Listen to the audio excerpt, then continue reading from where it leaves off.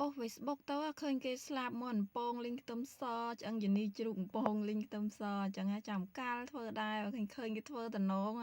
ហើយធ្វើទៅញ៉ាំទៅក៏វាឆ្ងាញ់ដែរពេលឆ្អិនទៅញ៉ាំម៉ាត់ទៅថាឡើងឈ្ងុយឲ្យយើងពងដាក់ម្សៅដាក់អីតិចចឹងធ្វើឆ្អិនដើមគ្នាញ៉ាំពីអ្នកកូនចាគ្រាន់តែភ្លក់នេះអស់ចិត្តកន្លះចានហើយគ្រឿងផ្សំដែលយើងត្រូវមានមុនគេដែលអត់មិនបានហ្នឹងគឺថាឆ្អឹងជំនីជ្រូកថ្ងៃនេះខ្ញុំយកឆ្អឹងជំនីជ្រូកមកធ្វើចាកាប់វាដុំតូចល្មមខ្លីៗចឹងមកសនុកយើងយកទៅបំពងបានស្លាបមាន់ឬក៏ភ្លៅមាន់ណាក៏បានដែរហើយនេះម្សៅបំពងខ្ញុំយកមកបំពងយ៉ាងថ្ងៃនេះតែកញ្ចប់ធំរដងដាក់តូច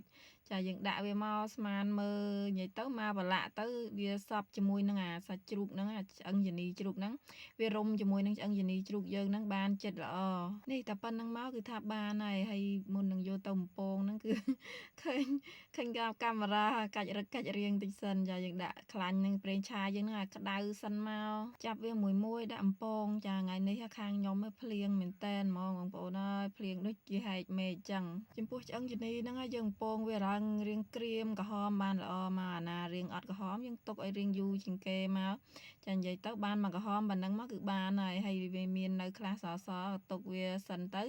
ចាយើងស្រង់អាណាក្រហមល្អមុនហើយគ្រឿងផ្សំបន្ទាប់ដែលយកមកឆាហ្នឹងគឺថាមានខ្ទឹមសម្ទេសហើយនឹងគល់ខ្ទឹមដើមខ្ទឹមហ្នឹងឯងបងប្អូនចាអាដើមខ្ទឹមហ្នឹងដល់ពេលយើងដាក់ទៅគឺថាឈ្ងុយហើយខ្ទឹមសនេះដាក់មកមើមធំមកបកសបកហើយច្រាំវាឲ្យវាល្អិតមកយើងដាក់ឲ្យច្រើនអញ្ចឹងមកឆ្ងាញ់បងប្អូនចាញ៉ាំប៉ះខ្ទឹមស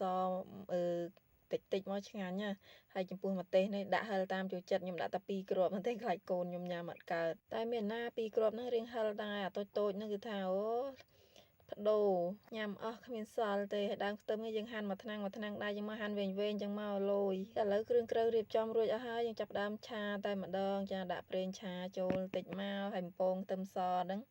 ចាំពងវាឡើងឈ្ងុយរៀងក្រៀមក្រហមតិចណាចាក់ស្ករក្រហមចូលកន្លះស្លាបព្រាបាយចាំមកពាក់កណ្ដាលស្លាបព្រាបាយយ៉ាងមកកូរវាឡើងឈ្ងុយចាស្ករក្រហមយើងដាក់ស្ករក្រហមទៅឈ្ងុយហើយ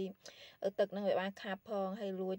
ទឹកត្រីបន្តិចរ៉ូឌីបន្តិចប៊ីចេងប្រេងខ្យងហើយក៏មានទឹកម្ទេសនេះដែរចាយើងយករសជាតិរៀងផ្អែមប្រៃផ្អែមហើយមានជូរតិចចឹងណាបងប្អូន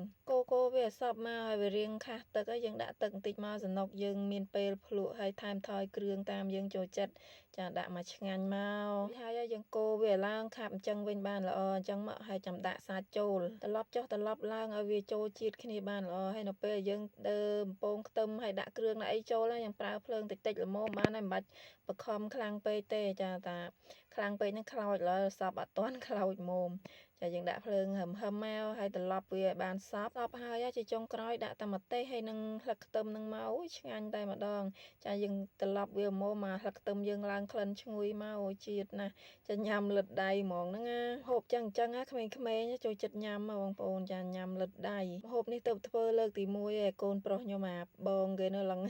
គេញ៉ាំឡើងចង់អស់តែឯងតំណងហ៎បងប្អូនចាឆ្ងាញ់ណាចង់និយាយថាញ៉ាំមួយបាយក៏បានញ៉ាំមួយទឹកអីផ្សេងក៏បានដែរជាតិហ្មងចាឥឡូវនេះគេថាដល់វគ្គភ្លក់ហើយ